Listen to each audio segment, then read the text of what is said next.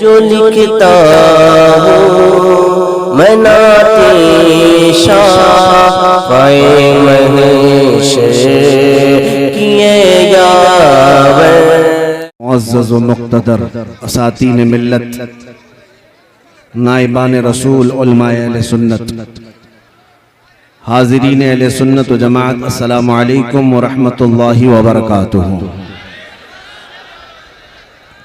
अल्हम्दुलिल्लाह अल्हम्दुलिल्लाहिल हन्नानिल मन्नान अल्लज़ी ख़लक़ल इंसान व अल्लमहुल बयान, वस्सलातु वस्सलामु अला रसूलिही सय्यिदिल इंसि वल जान व अला आलिही व अस्हाबिही ज़विल खैरि वल इहसान, अम्मा बअद।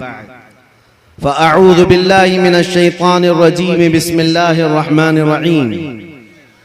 अन्नबिय्यु औला बिल मुअमिनीन मिन अनफुसिहिम, सदक़ल्लाहु मौलानल अज़ीम व बल्लगना रसूलुहुन नबियुल अमीनुल मतीनुल मुख्तारुल करीम व नहनु अला ज़ालिका मिनश शाहिदीन वश्शाकिरीन वल्हम्दुलिल्लाहि रब्बिल आलमीन। बारगाह रिसालत मुआब सल्लल्लाहु तआला अलैहि वसल्लम में एक बार दुरूद पाक का हदिया पेश करें। अल्लाहुम्मा सल्लि अला सय्यिदिना व मौलाना मुहम्मदिन मअदनिल जूदि वल करम व आलिहि व अस्हाबिहिल किराम व इब्निहिल करीम व बारिक व सल्लिम सलातन दाइमतन सरमदन अबदा।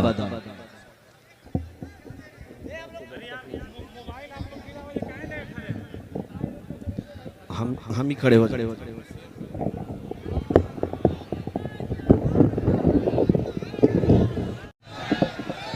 अब ठीक है।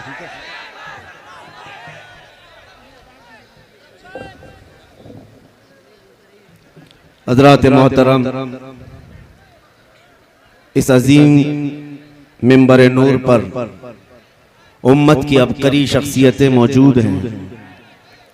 खुसूसियत के साथ रौनक इजलास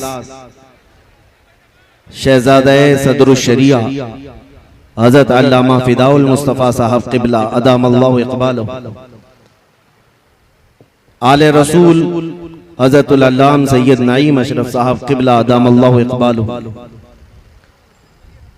और उस्ताज़ुल उलमा हज़रतुल अल्लाम डॉक्टर आसिम आज़मी साहब क़िबला और हज़रत क़ारी अहमद जमाल साहब क़िबला फ़ख्रुल क़ुर्रा उस्ताज़ुल क़ुर्रा कस्सरल्लाहु अम्सालहुम, दीगर उलमा अहले सुन्नत यहाँ पर जलवाबार हैं। और इन बड़ी शख्सियतों के सामने मैं हाजिर हूँ एक अदना तालिब इल्म की हैसियत से, और कभी मेरे ख्वाबो ख्याल में था नहीं कि मदीनतुल उलमा घोसी जैसे शहर में भी मैं खिताब करूंगा।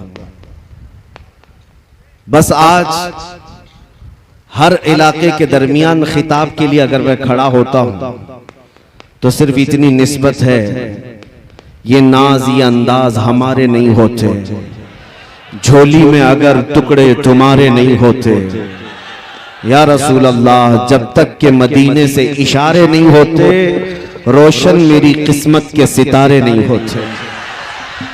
बेदाम ही बिक जाइए बाजारे नबी में, जिंदाबाद, बेदाम ही बिक जाइए बाजारे नबी में, इस शान के सौदे में खसारे नहीं होते।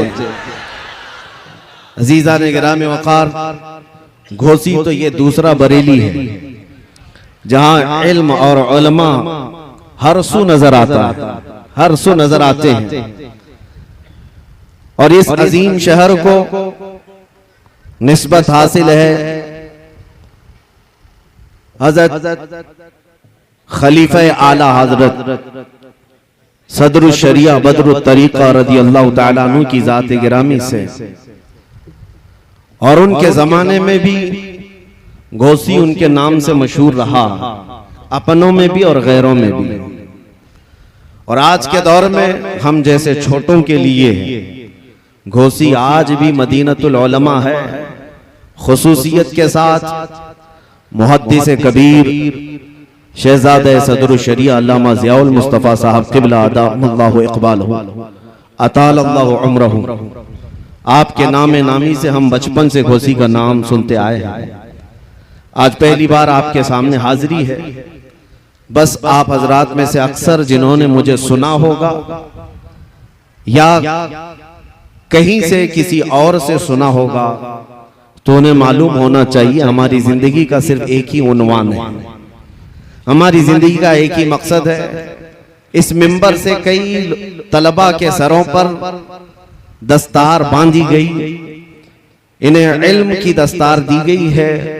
ये हाफिज कुरान हुए हैं, कारी कुरान हुए हैं, लेकिन मेरे अजीजों हकीकत में ये दस्तार का माना ये है कि इनके सरों पर उम्मत मुस्तफ़ा की निगहबानी का जिम्मा रखा गया है कि आप ये उम्मत के सामने आए और पीर बन करके नहीं बल्कि मेरे मुस्तफ़ा के सिपाही बन करके उतरे।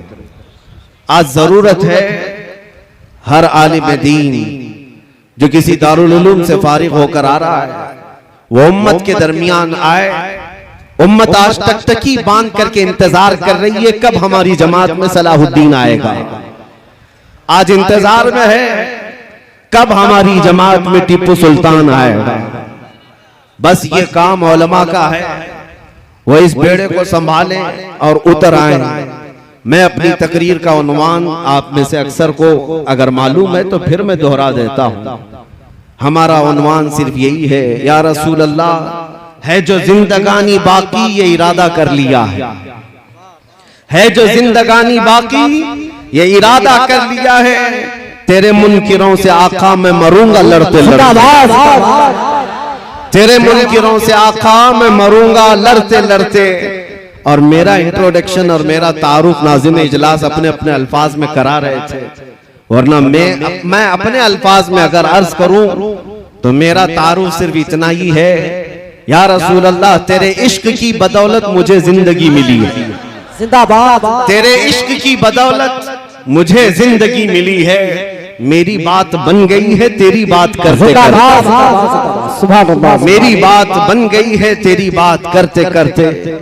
याद रखो मेरे अजीजों, जिंदगी का ये अहम उन्वान है नबी करीम सल्लल्लाहु तआला अलैहि वसल्लम की इज्जत की हिफाजत, रसूल करीम सल्लल्लाहु तआला अलैहि वसल्लम के नाम पाक की हिफाजत।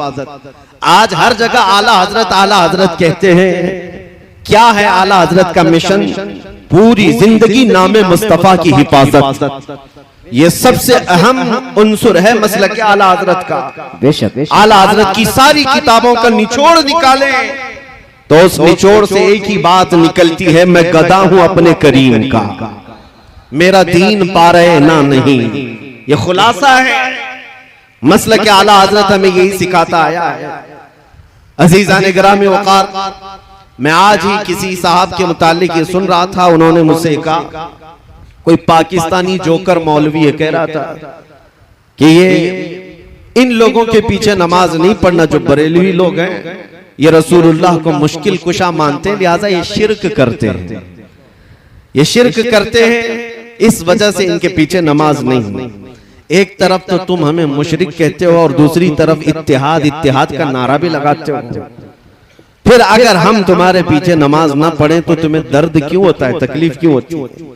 लेकिन ये जुमला मुझे बड़ा सख्त लगा कि नबी पाक सल्लल्लाहु तआला अलैहि वसल्लम को अगर आज कोई मुश्किल कुशा समझे, अपनी मुश्किलों का हल करने वाला आका समझे, तो ये साहब हमें मुशरिक करार देते हैं। फिर शरफुद्दीन इमाम बूसीरी के बारे में तुम्हारा क्या ख्याल है, जो लकवा और फालिज के असर के बाद अपने बिस्तर पर लेट करके हुजूर की बारगाह में यूं कहते हैं, या अकरमल खल्क़ि माली मन अलूदु बिही सिवा का इंद हुलूलिल हादितिल अममी वलन यदीक रसूलल्लाहि जाहु कभी इदल करीम तजल्ला बिस्मि मुंतकिमी। मैं असलाफ का अकीदा बता रहा हूं सुन्नियों। शरफुद्दीन इमाम बूसीरी मिस्र के रहने वाले, अस्कंदरिया में आज भी उनका मज़ार पाक है। आज से तकरीबन 7 सदियों पहले की एक बुजुर्ग शख्सियत का जिक्र है। उनके जिस्म पर जब फालिज का असर हो गया, पैरालाइज, जानते हैं फालिज का असर जब हो जाए तो इंसान चलने फिरने से भी आजिज हो जाए, उठ फिर नहीं सकता। इलाज बहुत कराया हकीमों से, शिफाया भी नहीं मिली। फिर आखिर में शरफुद्दीन बूसीरी ने कसीदा लिखना शुरू किया, मौला या सल्ली व सल्लिम दाइमन अबदा। ये कसीदा आज पूरी दुनिया में मशहूर है। इसके दो शेर आज भी हुजूर की जालियों के दरवाजे पर भी लिखे हुए मौजूद हैं। हुवल हबीबुल लज़ी तुरजा शफाअतुहु लिकुल्लि हौलिन मिनल अहवालि मुक्तहिमी। 170 अशआर लिखे रोते रोते, और उसके बाद जब नींद लग गई, आंखें बंद हुई, तो रात अजीम रात थी कि सरवरे कायनात ख्वाब में तशरीफ लाते हैं। ताजदारे मदीना सल्लल्लाहु तआला अलैहि वसल्लम तशरीफ लाते हैं और पूछते हैं, शरफुद्दीन तुझे क्या हुआ? रोते हुए ख्वाब में अर्ज किया कि आका मुझे फालिज का असर हुआ, अब चलने फिरने से आजिज हो गया हूँ, बिस्तर पर रहता हूँ और लोगों ने भी साथ छोड़ दिया है। नबी करीम सल्लल्लाहु तआला अलैहि वसल्लम ने इरशाद फरमाया, शरफुद्दीन बूसीरी तूने जो कसीदा हमारी शान में लिखा वो हमें भी तो सुनाओ। उन्होंने अपना कसीदा लिखा था, लेकिन जो पहला शेर है, पहला मिसरा, उसका एक ही मिसरा उनसे बन पाया था, दूसरा मिसरा नहीं बना था। मौला या सल्ली व सल्लिम दाइमन अबदा, बस इतना ही मिसरा बना था, दूसरा नहीं था। वो ख्वाब में मेरे आका को सुनाते रहे, मौला या सल्ली व सल्लिम दाइमन अबदा। रुक जाते, नबी पाक ने इरशाद फरमाया, बूसीरी इसका अगला मिसरा मेरी जानिब से है, अला हबीबी का खैरिल खल्क़ि कुल्लिहिम। और उसके बाद उनके जिस्म पर अपना हाथ फेरा और रात को अपनी एक चादर उठाकर शरफुद्दीन बूसीरी को अता किया। ख्वाब की बात है, ख्वाब की बात है। और नबी करीम सल्लल्लाहु तआला अलैहि वसल्लम की वफात के 700 साल बाद का वाकया है। हुजूर के पर्दा फरमाने के 700 साल बाद का वाकया है। शरफुद्दीन बूसीरी कहते हैं, सुबह जब मेरी आंख खुली, पूरे घर में एक अजीब सी खुशबू महक रही थी, और जब मैं उठने की कोशिश किया तो देखा न मेरे हाथ में फालिज है न पैर में फालिज है, जिस्म सही सलामत है। ख्वाब की बात ख्वाब होती है, लेकिन शरफुद्दीन बूसीरी कहते हैं मेरा जिस्म भी सलामत था, और फिर मैं गौर से देखता हूं तो मेरे बिस्तर पर रात को अता की हुई मेरे मुस्तफा की चादर भी मौजूद थी। 700 साल बाद वो नबी मुश्किल कुशाई करते हैं। यही बुजुर्गों का अकीदा लेकर के बरेली के इमाम ने हमें अकीदा दिया था। उनके अपने पेट से लाया हुआ अकीदा नहीं है, बरेली का अकीदा वही है जो सहाबा का अकीदा था। एक सहाबिया अपने बेटे को लेकर के आई बारगाह मुस्तफा में, कहा या रसूल अल्लाह ये बोलता नहीं है, ये गूंगा है, बचपन से नहीं बोलता, इसके लिए कुछ फरमाए। 8 साल का हो गया, बोलने की ताकत नहीं है, अब दवा क्या की जाए? जिसकी जुबान चलती ही ना हो, पैदाइशी बोलता ना हो। नबी पाक के पास जब वो खातून आई, मेरे अजीजों आज उन लोगों से पूछो वो खातून क्यों रसूलुल्लाह के पास गई? अरे जुबान देना तो अल्लाह का काम है, कुव्वत गोयाई अल्लाह बख्शता है। सहाबिया तो मुस्तफा के दरबार में आई है, ये अकीदा देने के लिए, देता अल्लाह ही है, दरवाजा मुस्तफा का होता है, क्योंकि मेरे आका ने फरमाया है इन्नमा अना कासिमुन वल्लाहु युअती, अल्लाह देता है और मैं तकसीम करता हूँ। वो सहाबिया करीब आई हुजूर पाक सल्लल्लाहु अलैहि वसल्लम के पास अपना बेटा लेकर के। हुजूर ने क्या इलाज फरमाया? नबी करीम सल्लल्लाहु तआला अलैहि वसल्लम ने क्या इलाज फरमाया? कुछ नहीं, उस छोटे से नन्हे से बच्चे को करीब बुलाया और पूछा उस बच्चे से कि मन अना, बेटे ए लड़के बता मैं कौन हूँ? वो जो पैदाइशी गूंगा था वो बच्चा बोल पड़ा अशहदु अन्नका मुहम्मद रसूलुल्लाह, मैं गवाही देता हूं कि आप मोहम्मद सल्लल्लाहु अलैहि वसल्लम अल्लाह के रसूल हैं। इसी अकीदे को हमारे इमाम ने फरमाया था, कौन देता है देने को मुंह चाहिए, देने वाला है सच्चा हमारा नबी। और बरेली का अकीदा यही है जिसको हम आशिकाने रसूल फॉलो करते हैं। शाफियो नाफी हो तुम, वाफियो काफी हो तुम, दर्द को कर दो दवा, तुम पे करोड़ों दुरूद। या रसूल अल्लाह बेहुनरो बेतमीज किसको हुए हैं अजीज, एक तुम्हारे सिवा, तुम पे करोड़ों दुरूद। गर्चे है बेहद कसूर, तुम हो अफू गफूर, बख्श दो जुर्मो खता, तुम पे करोड़ों दुरूद। खल्क के हाकिम हो तुम, रिज़्क के कासिम हो तुम, जो मिला तुमसे मिला, तुम पे करोड़ों दुरूद। अजीज़ान गिरामी वक़ार, आज बात मैं यहां से शुरू कर चुका हूं और आपको ये बताना चाहता हूं कि हमारी जिंदगी का अहम उन्वान है नाम मुस्तफा की इज्जत की हिफाजत। इकबाल ने कहा आबरूए माज़ नाम मुस्तफा, हम सबकी इज्जत और आबरू मुस्तफा के नाम से वाबस्ता है। हर चे दरी दुनिया बादे मुस्तफा, जो कुछ भी इस दुनिया में है वो मेरे मुस्तफा के बाद है। चाहे वो हमारी माँ हो, हमारा बाप हो, हमारा उस्ताद, हमारा पीर, दुनिया का कोई रिश्ता हो, जो भी होगा वो मेरे मुस्तफा के बाद है। इस अकीदे के साथ आज हमें जीना है। और शायद आज लोगों में इसी बात को लेकर के कुछ कमजोरियां आई हैं। आज जो दुनिया में हमारी आजमाइशों का दौर चल रहा है, खुसूसियत के साथ हमारे इस मुल्क में देखना, हमारे हजारों मसाइल हैं, लेकिन सबसे ज्यादा छेड़खानी जिस मसले से होती है वो नामूसे रिसालत का मसला है, मेरे मुस्तफा की इज्जत का मसला है। उसकी वजह यह है कि ये जालिम जानते हैं मुसलमान के लिए जान से भी बढ़ करके कोई चीज है तो नबी पाक की इज्जत का मसला है। और इस पर अगर मुसलमानों में ठंडी देखने को मिली, अगर मुसलमानों के दरमियान खामोशी देखने को मिली, तो दुनिया ये समझ जाती है कि अब ये कौम मुर्दा हो चुकी है, इनके अंदर अब जिंदगी बाकी नहीं रह गई, ये फिर हमारा चीर फाड़ और ऑपरेशन शुरू कर देते हैं। लेकिन आज भी मुझे ये एहसास है, मैं आपको एक मिसाल के जरिए से बताऊं। एक डॉक्टर जब ऑपरेशन थिएटर में किसी को ले जाता है, इंजेक्शन देता है, सुन होने का बेहोशी का इंजेक्शन देता है, या गोली के जरिए से या दवा के जरिए से बेहोश करे। अब बंदा बेहोश हुआ है या नहीं कैसे पहचाना जाए? उसको चूंटी काट करके देखो, कैंची मार करके देखो, या उसका कान खींच करके देखो। अगर हरकत नहीं कर रहा है इसका मतलब है बेहोश हो गया है। हमारा चूंटी काटना उसको पता नहीं चल पा रहा, हमारा उसे हिलाना पता नहीं चल पा रहा है, इसका मतलब है बेहोश हो गया है। अब उसके बाद दूसरा प्रोग्राम शुरू होता है, काटो इसको, फाड़ो, चीरो, जो कुछ करना है करो, जब बेहोश हो। इसी तरह से इन जालिमों ने उम्मत मुस्तफा को बेहोश करने के लिए कई सालों से एक प्लान चला रखा है।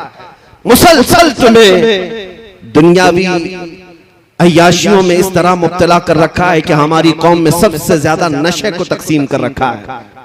हर जगह, हर मोहल्ला हमारा नशा से लबरेज है। हमारे नौजवानों में एडिक्शन, खास तौर पर कई खतरनाक किस्म के नशों में मुब्तला है। पूरे हिंदुस्तान की बात कर रहा हूं, तुम्हें नशा दे दे करके सुन किया जा रहा था। और इस नशा से अगर पागल नहीं हुआ, जो हेरोइन है, कोकेन है, अफीम है, चरस, गांजा, भंग, तो फिर दूसरा नशा इंटरनेट का दिया गया।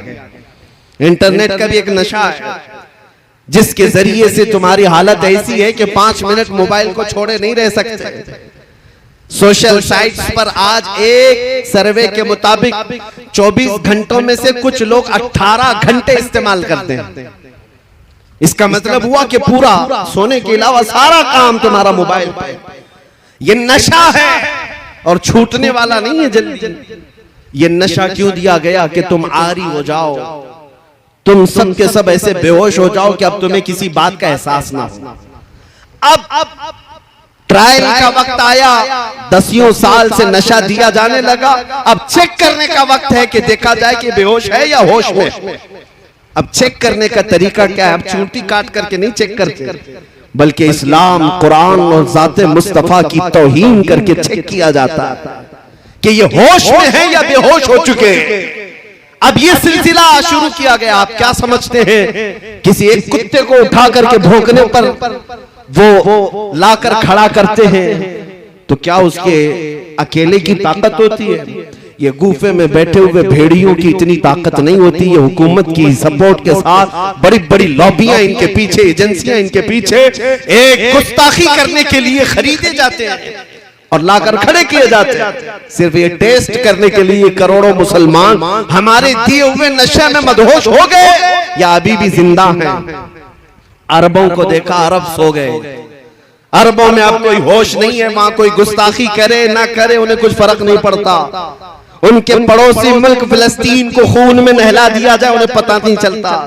शाम तबाह हो जाए, यमन बर्बाद हो जाए, इराक टूट जाए, जल जाए, अरबों के कानों में जूं तक नहीं रहती। उनको ऐसा नशा दिया गया है, वो उठ नहीं पाते। लेकिन मैंने हिंदुस्तान और अपने बर्रे सगीर के इलाकों को देखा, दसियों साल से अगर से तुमने हमारी कौम को नशा दिया होगा, चाहे वो हेरोइन, कोकेन, अफीम, भंग, चरस के साथ या फिर इंटरनेट की जमीन पर पोर्नोग्राफी और गंदी तस्वीरों के साथ इनको नशा में एडिक्ट किया होगा, लेकिन अब भी मुझे ये यकीन है कि हमारी कौम मुस्लिम हिंदुस्तान में पूरी मरी हुई नहीं है।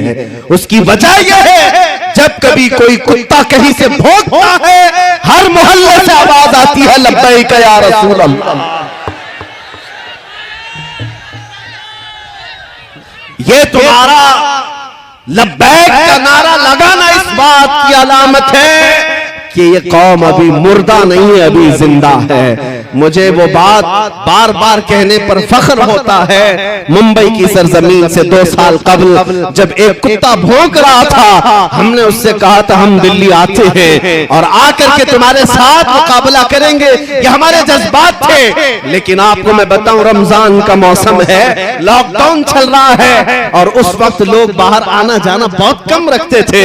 मैं उतर करके अपने ऑफिस से जा रहा हूँ, एक नौजवान मेरे पास आया, हिप्पी कट है, बालों में डिजाइन है, दाढ़ी में भी डिजाइन है, कई बालियां पहना, फटी जीन्स है, मुकम्मल एक आवारगी की शक्ल है। करीब आया, हाथ पकड़ लिया, कहा मुफ्ती साहब आपसे थोड़ी सी बात करनी है। मैंने कहा क्या बात है? कहा सुना है अभी अभी आप दिल्ली जाने की बात कर रहे हैं। मैं ऊपर से नीचे देखता रहा, कहा हाँ आपने सुना है तो सही सुना होगा। कहा मैंने सुना है कि कोई हुजूर सल्लल्लाहु अलैहि वसल्लम की शान में गुस्ताखी किया है और उस कुत्ते को जवाब देने के लिए आप दिल्ली जा रहे हैं और आग में कूदने की बात कर रहे हैं। मैंने कहा हाँ तुझे इससे क्या लेना देना है, तू क्यों इस बात को पूछ रहा है? वो नौजवान बज़ाहिर आवारा था, बज़ाहिर बदमाशों की शक्ल अपनाया था, लेकिन उसने मेरा हाथ पकड़ कर कहा आप नहीं जाएंगे जब तक मैं जिंदा हूं, पहले मुझे आग में कूदने दिया जाए। मेरी आंखों से उस वक्त आंसू आए।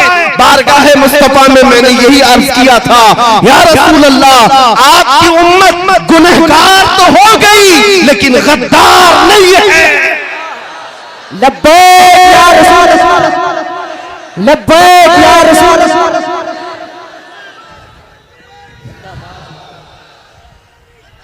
या रसूल, लब्बैक।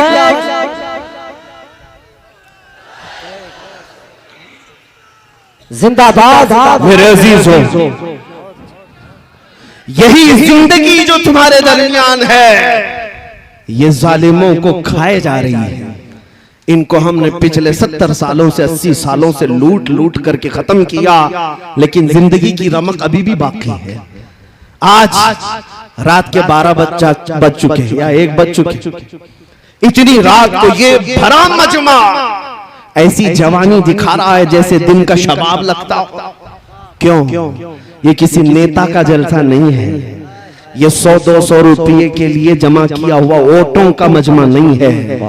और आपको पता होना चाहिए, सारे नेता मिलकर के भी अगर कोई मजमा इकट्ठा करें तो ऐसा जमा कर सकते हैं कि दोपहर में हरा पट्टा, शाम में नीला पट्टा, फिर रात को लाल पट्टा, वो बदल बदल करके पट्टे इस्तेमाल करने वाले मजमा तो जमा कर सकते हैं। लेकिन मैं उन्हें दावत फिक्र देता हूँ, आओ नेताजी रात के इस मजमे को एक बार देख लो। ये पैसों से बुलाया हुआ नहीं है, बल्कि यहाँ तो हर आया हुआ ये अज़्म लेकर के आया है। बात बन पड़ी तो मेरे मुस्तफा के कदमों में गर्दन भी निछावर करो। जिंदाबाद। हर बंदा ये अज़्म लेकर के आता है, जब जरूरत आ पड़े मेरे आका की इज्जत पर, मैं अपनी गर्दन लेकर के हाजिर हूँ। इस मजमे में आपके अंदर ये जज्बा है या नहीं? सुन्नी हर एक ये जज्बा रखता है, और यही जिंदगी जो तुम्हारे दरमियान है ये गैरों को खाए जा रही है। आपने कभी महसूस किया, ये सुप्रीम कोर्ट के रिटायर्ड जजों की सर्वे रिपोर्ट है, Shri Krishna report, Sachar committee report, कई रिपोर्टें हैं जो मुसलमानों के हालात ज़ार पर बनी हुई। हिंदुस्तान में मुसलमानों के हालात क्या है? तवज्जो, रिपोर्टों में ये कहा गया है कि ये कौम इतनी बैकवर्ड हो गई है, दलित समाज से भी नीचे की जिंदगी गुजार रही है। इनके अंदर एजुकेशन 2.5% रह गया है, यानी 100 में से सिर्फ 2.5 लोग पढ़े लिखे हैं। ये सब रिपोर्ट इनकी है, पढ़े लिखे नहीं है, इनके अंदर सियासत का शऊर नहीं है, कहीं पर भी चले जाते हैं। रिपोर्ट में ये भी है गरीबी की सतह से नीचे की जिंदगी गुजार रहे हैं। रिपोर्ट में ये भी है कि सबसे ज्यादा कम जॉब में यही लोग हैं, डिपार्टमेंट में ओहदे में इनका कोई नुमाइंदा ज्यादा नहीं है, इनकी क़यादत भी नहीं है कि किसी एक पर मुत्तफिक होते हैं। सारी रिपोर्टें मौजूद हैं, हमने भी देखा, सर्वे को देखा। ये कौम इतनी कमजोर है, 14% है और टूटी बिखरी हुई है। एजुकेशन की कमी है, सियासत की कमी है, इक्तिदार में नहीं है, ओहदों में नहीं है, क़यादत मफकूद है। फिर दूसरी बात ये हमें फिक्र में लाती है, जब इतनी टूटी फूटी जमात है तो फिर आज हर इलेक्शन का मुद्दा मुसलमान ही क्यों बनता है और सारे टीवी चैनल हम पर ही भोंकते क्यों? ऐसे चैनल हैं उनकी दुकान हमारा नाम लिए बगैर चलती नहीं। हाँ, सुबह से शाम तक कोई भी न्यूज चैनल हो, अजान, दाढ़ी, टोपी, बुर्का, मस्जिद, मीनार, सारा न्यूज इसी में भरा हुआ है। क्यों? अरे हिंदुस्तान में और भी कौमें जीती हैं, यहाँ सिख भी हैं, ईसाई भी हैं, पारसी भी हैं, जैन भी हैं, लेकिन हर शो में हम ही हम हैं। क्यों? कुछ बात तो है कि मिटती नहीं हस्ती हमारी। इकबाल ने कहा है कुछ बात तो है कि मिटती नहीं हस्ती हमारी, सदियों रहा है दुश्मन दौरे ज़मां हमारा, तौहीद की अमानत सीनों में है हमारे, आसान नहीं मिटाना नामो निशा हमारा, यूनानो मिस्र रोमा सब मिट गए जहां से, बाकी मगर है अब तक नामो निशा हमारा। क्यों? किस वजह से हम सारे डिबेट का मुद्दा बनते हैं? सारी जगह पर हॉट टॉपिक कौन है? अरे जिनके पास पूरी मेजॉरिटी है उनको भी जीतने के लिए हमारा नाम लेना पड़ता है। हमारा नाम कौम में अगर लोगों के अंदर जज्बात भड़काना है तो यहाँ पर लड़ाने के लिए भी हमारा ही नाम लिया जाता है। मेरे अजीजों, मैं ये सियासी बातें नहीं कर रहा हूँ, ये मैं तुम्हें एहसास दिला रहा हूँ। कभी कभार कुत्ते भौंक भौंक करके तुम्हें बताते हैं कि तुम गीदड़ नहीं, तुम शेर हो, रसूलुल्लाह के शेर हो। तुमने अपनी हैसियतें भुला दी, तुमने अपने अक़दार को महसूस नहीं किया।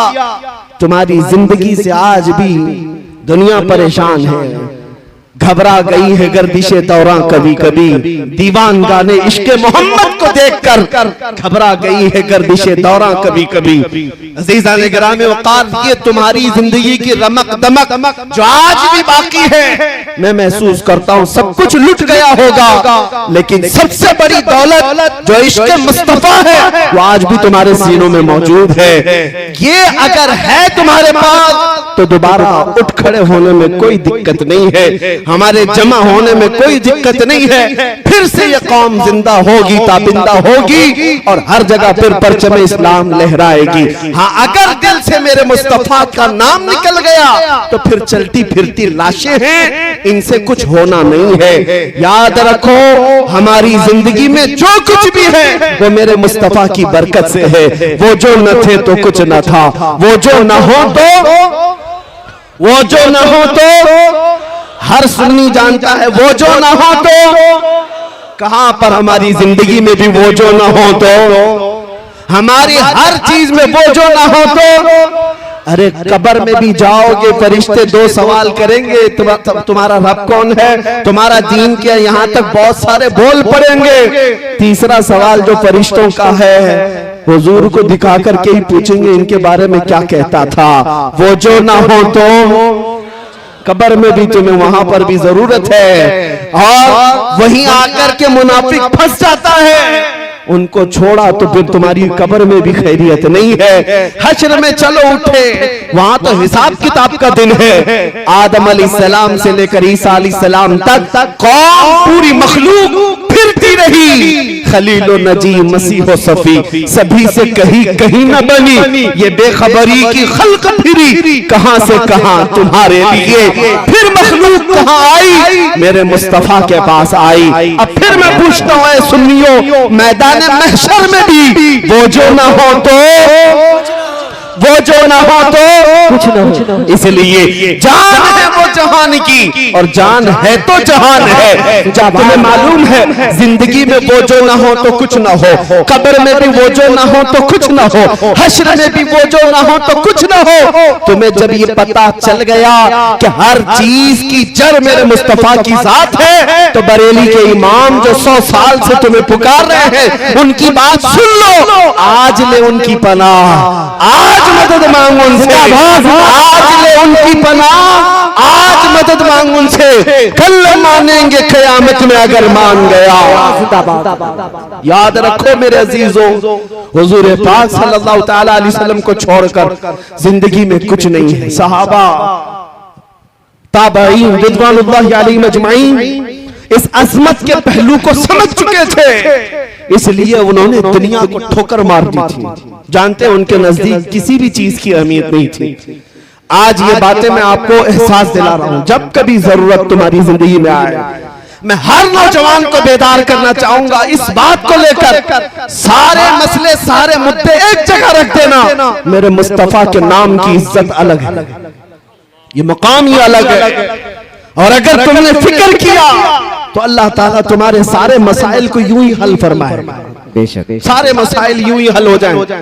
आज लोग बैठक करते हैं, मीटिंगें करते हैं, कॉन्फ्रेंसें हैं, सेमिनार हैं, यानी मुस्लिम मसाइल के हल के लिए, कितने मसाइल के हल के लिए हम सर जोड़ कर बैठते हैं।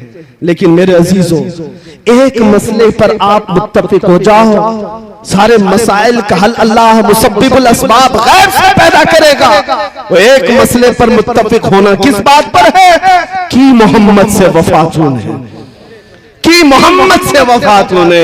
तो हम तेरे हैं ये जहां चीज है क्या, लौह कलम तेरे, जिंदाबाद जिंदाबाद। सारी कायनात तुम्हारी तरफ मोड़ दी जाएगी। उनके जो हम गुलाम थे, खल्क के पेशवा रहे, उनसे फिरे जहां फिरा, फिर आई कमी वकार में।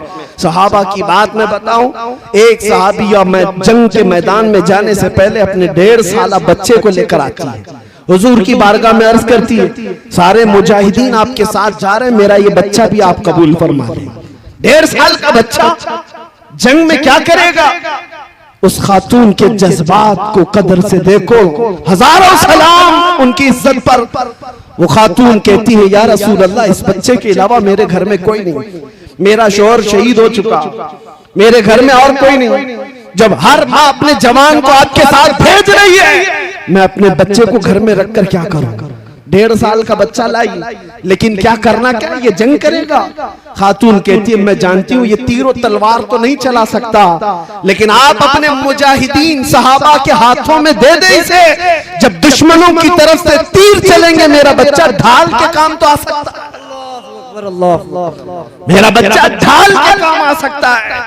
उनके जज्बात को लाखों सलाम, जिन्होंने मेरे मुस्तफा के लिए अपना सब कुछ कुर्बान किया है। आपको पता है, ओहद के मैदान में एक खातून दौड़ी चली आ रही है, जिसको किसी ने खबर दिया कि तुम्हारे शौहर शहीद हो गए, फिर किसी ने कहा तुम्हारा बेटा भी शहीद हुआ, फिर किसी ने कहा तुम्हारा भाई भी शहीद हुआ। वो खातून अपने रिश्तेदारों की शहादत की खबर सुन रही है। आज अंदाजा करो, औरत के लिए एक बेटे का मर जाना कितना बड़ा मामला है। पूरा घर आसमान सर उठा लेती है, उसका रोना धोना आप देखते होंगे। एक जवान बेटा किसी का चला जाए, ये बोलना आसान है, प्रैक्टिकल बहुत मुश्किल है। एक खातून को जब ये कहा जा रहा है कि तेरा बेटा शहीद हुआ, तेरा भाई शहीद हुआ, तेरा शौहर शहीद हुआ, वो खातून का जवाब सुने, आने वाले से पूछती है, सारे लोग मेरे रिश्तों के इंतकाल की खबर दे रहे हो, जरा ये तो बताओ आमीना का लाल सलामत है या नहीं? जिंदाबाद जिंदाबाद। मुस्तफा करीम सलामत है या नहीं? आने वाले ने कहा, ऐ खातून, अल्लाह के रसूल सलामत है। वो खातून अपना आंचल निकालती और कहती है, कुल्लु मुसीबतिन बादक जिललुन या रसूल अल्लाह, ऐ अल्लाह के रसूल, अगर आप सलामत हैं तो हर मुसीबत आसान है, हर मुसीबत छोटी है। ये सहाबा का जज्बा था। उन्होंने ज़ात मुस्तफा और नाम मुस्तफा के एहतराम में अपना सब कुछ लुटाया। आपको पता है, उन्होंने ना अपने माल की तरफ देखा है, ना अपने औलाद की तरफ, ना अपने घर बार की तरफ।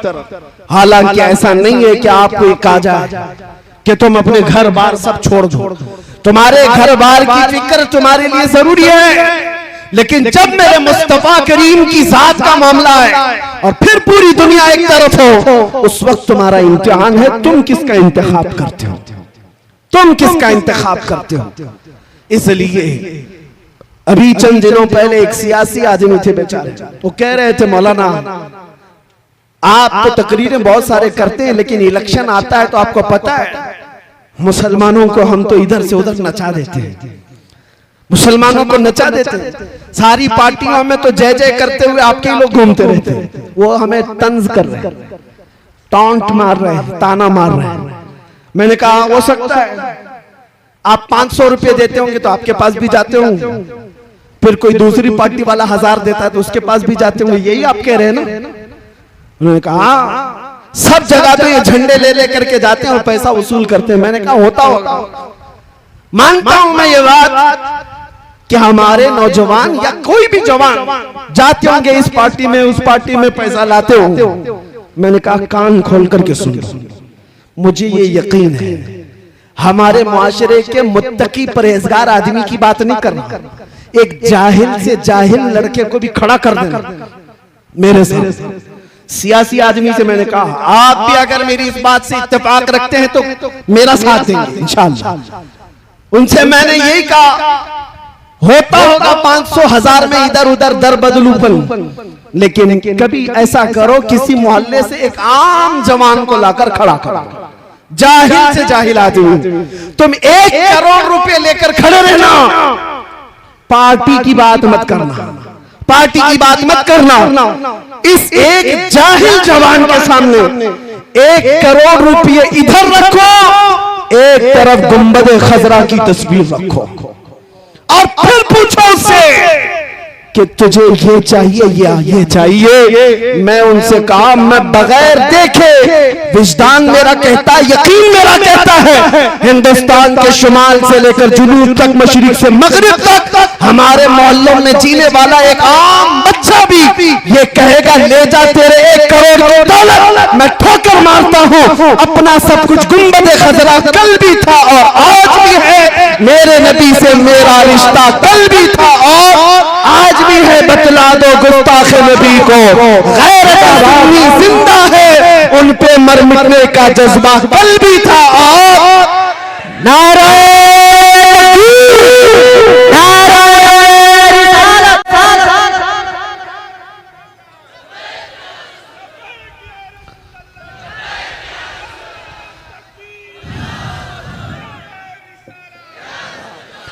बस मेरे अजीजों के जज्बा जिंदा रखो।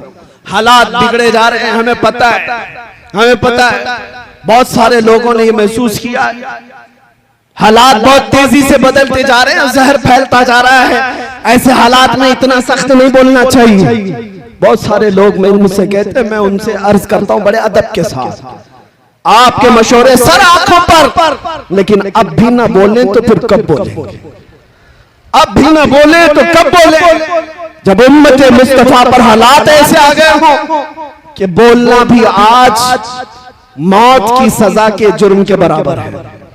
आज के हालात में मेरे अजीजों अफजल जिहाद है, इन अफजल जिहादी कलिमत हक़्क़िन इंद सुल्तानिल जाइर, जालिम बादशाह की मौजूदगी में हक बात का ऐलान करना सबसे अफजल जिहाद। आप तमाम हजरात से मैं इतना कहूंगा, हालात से घबरा कर, खौफजदा होकर, डर कर जीने की जरूरत नहीं। तुम्हारा दीन सच्चा है, तुम्हारा नबी सच्चा है, कुरान किताब अल्लाह की सच्ची है, तुम्हारा खुदा सच्चा है। जब खुदा सच्चा, दीन सच्चा, रसूल सच्चा, किताब सच्ची, तो सर झुकाकर नहीं सर उठाकर जीना है। डरे वो कौम जो चोर हो, डरे वो जो मुजरिम हो। अज़ीज़ान गिरामी वक़ार, ज्यादा से ज्यादा आज के हालात नहीं, हर जमाने में उम्मत मुस्तफा के साथ ऐसी हालात रहे। सतीजा कार रहा है अजल से ताइमरोज, शरारे बू लहबी से चरागे मुस्तफा, हर जमाने में ये हालात रहे। लोग ये कहते हैं हालात बुरे हैं, संभल करके रहना चाहिए। मुझे बताओ करबला के मैदान में कौन से अच्छे हालात थे, बद्र जब वाक़या हुई कौन से हालात थे, और फिर ये बात कि हम तादाद में कम हैं, माइनॉरिटी में, मियां हर जमाने में हम माइनॉरिटी में रहे। बद्र में 313 माइनॉरिटी में ही थे, ओहद में भी थे, खैबर में थे, खंदक में थे। सबसे बड़ी माइनॉरिटी जो कम तादाद की थी वो तो करबला के मैदान में थी। इसलिए मैं आपको बताता हूं, इन हालात से खौफजदा होने की जरूरत नहीं। दौर बदलेगा, वक्त आएगा, रात होने के बाद सुबह तो होना है, उजाला तो होगा।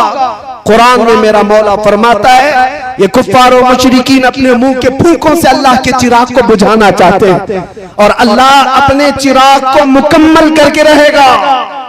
ये नूरे इस्लाम कायम रहेगा, किसी के बुझाने से नहीं बुझेगा। आप इस बात से खौफजदा ना हो। कोई लोमड़ी का बच्चा अगर गुफे में बैठकर ये कहता है इस्लाम का विनाश करना है, खत्म करना है, उससे तो हम मजाक में ये कहते हैं तू पहले अपने जिस्म की खुजली मिटा करके दिखा। इस्लाम बहुत बड़ी चीज है, अपने जिस्म की खुजली नहीं मिटाई जाती, इस्लाम को मिटाने की बात है। ये बातें आपके सामने इसलिए अर्ज कर रहा हूं, खौफजदा होने की जरूरत नहीं। जब ऐसे बातें लगे आला हजरत को पढ़ लो। इमाम अहले सुन्नत फाजिल बरेलवी फरमाते हैं, खौफ ना रख रजा जरा, तू तो है अब्द मुस्तफा, तेरे लिए अमान है, तेरे लिए अमान है। ताज शरिया बदर तरीका फरमाते हैं, मुझे क्या फिक्र हो अख्तर, मेरे यावर है वो यावर, बलाओं को जो मेरी खुद गिरफ्तार बला कर। इसलिए आज के हालात के मुताबिक सिर्फ इतना ही कहूंगा, कुछ देर की खामोशी है, फिर शोर आएगा। कुछ देर की खामोशी है। इमाम मेहदी को आना है या नहीं है?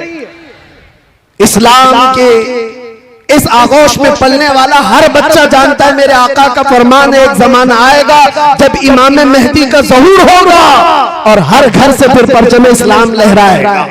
ईसा अलैहिस्सलाम को आना है या नहीं? या सबका अकीदा है मेरे अजीज, आना है, अभी वो दिन आने हैं। इसीलिए मैं कहता हूं कुछ देर की खामोशी है, फिर शोर आएगा। आज कुत्तों का वक्त है, कल हमारा दौर आएगा। इंशाअल्लाह इंशाअल्लाह हम आजमाइश के दौर में चल रहे हैं। आज सिर्फ तुम्हारी जिम्मेदारी इतनी है, इतनी जिम्मेदारी है कि इस बात पर जमे रहो, जो जान मांगे तो जान दे दे, जो माल मांगो तो माल दे दे, मगर ये हमसे कभी ना होगा नबी का जाहो जलाल देते। हर जवान को ये चाहिए मेरे मुस्तफा के नाम की असमत के लिए मर मिटने को तैयार रहे।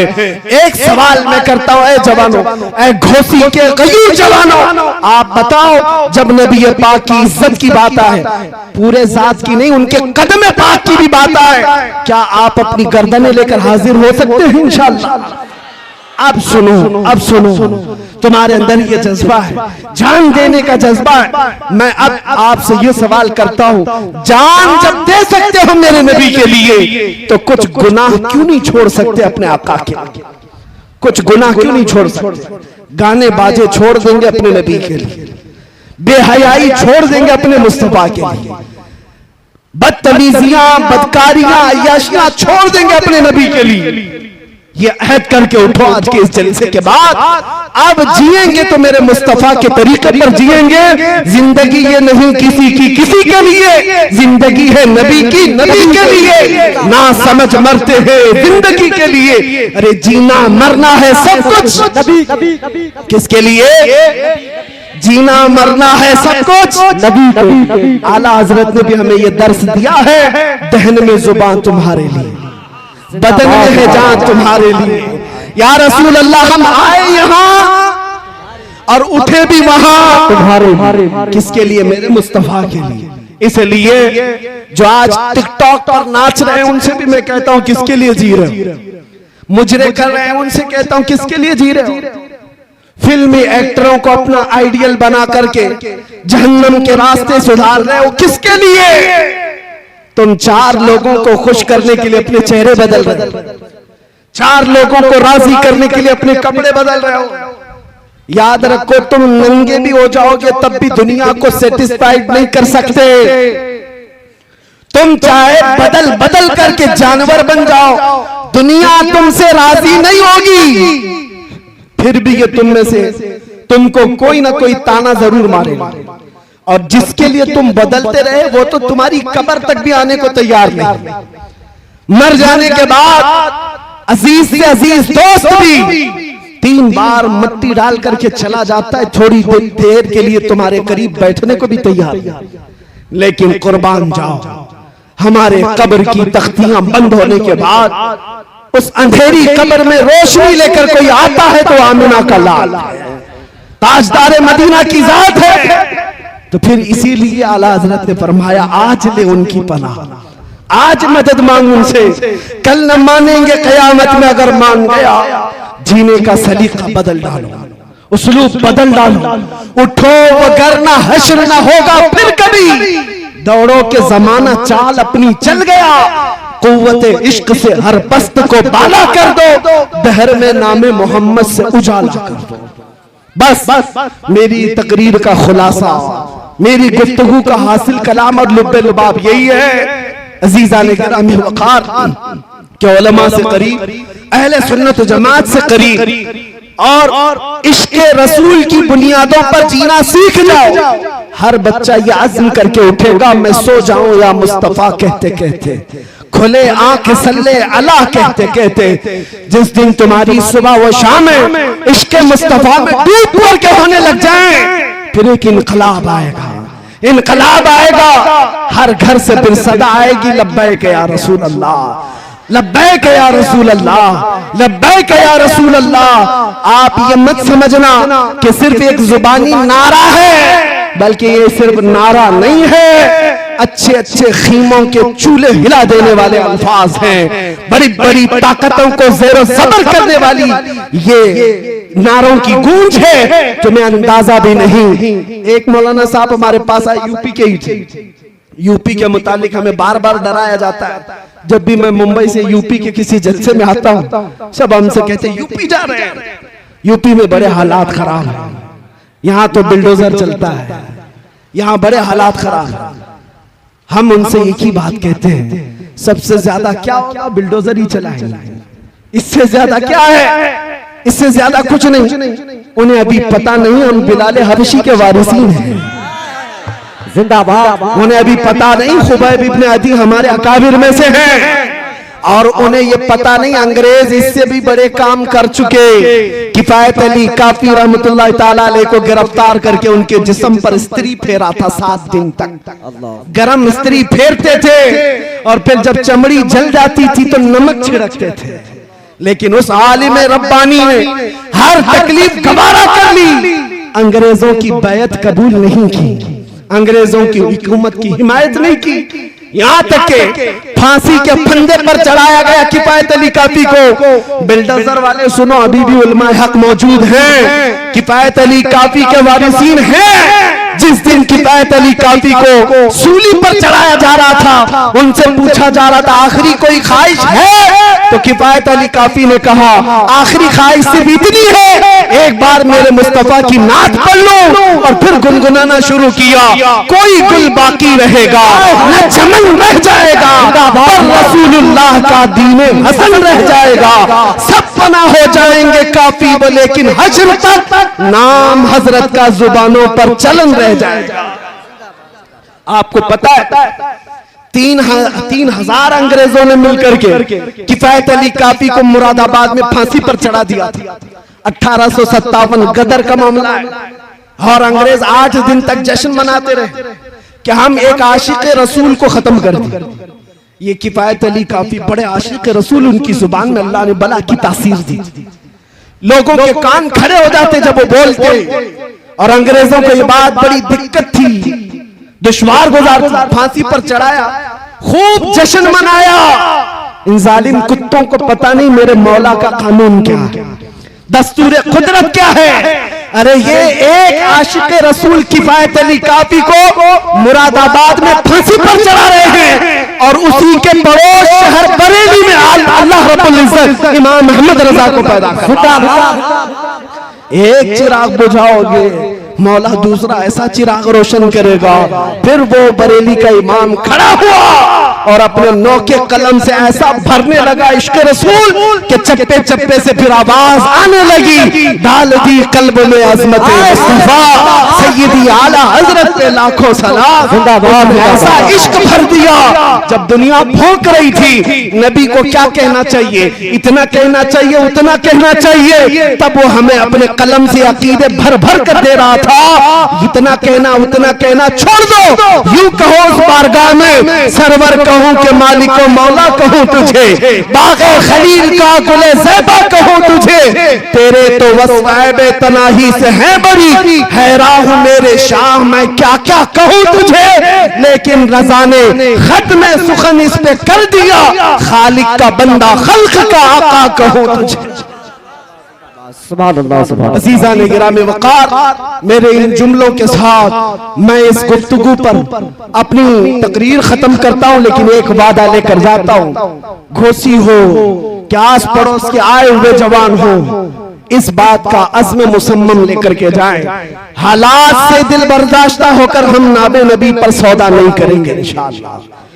इज्जत रसूल पर कभी सौदा नहीं करेंगे, नामूसे मुस्तफा पर कभी सौदा, कभी समझौता। याद रखो, आज तुम्हारा हर अमल देखा जाएगा।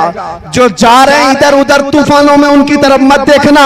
अरे बड़े बड़े दिग्गज लोग हमारे उस पार्टी में चले गए, इस पार्टी में चले गए, छोड़ दो जिसको जहां जाना है। लेकिन याद रखो, एक मैदान कायम होने वाला है, जिस मैदान का दूल्हा सिर्फ मदीने का ताजदार होगा।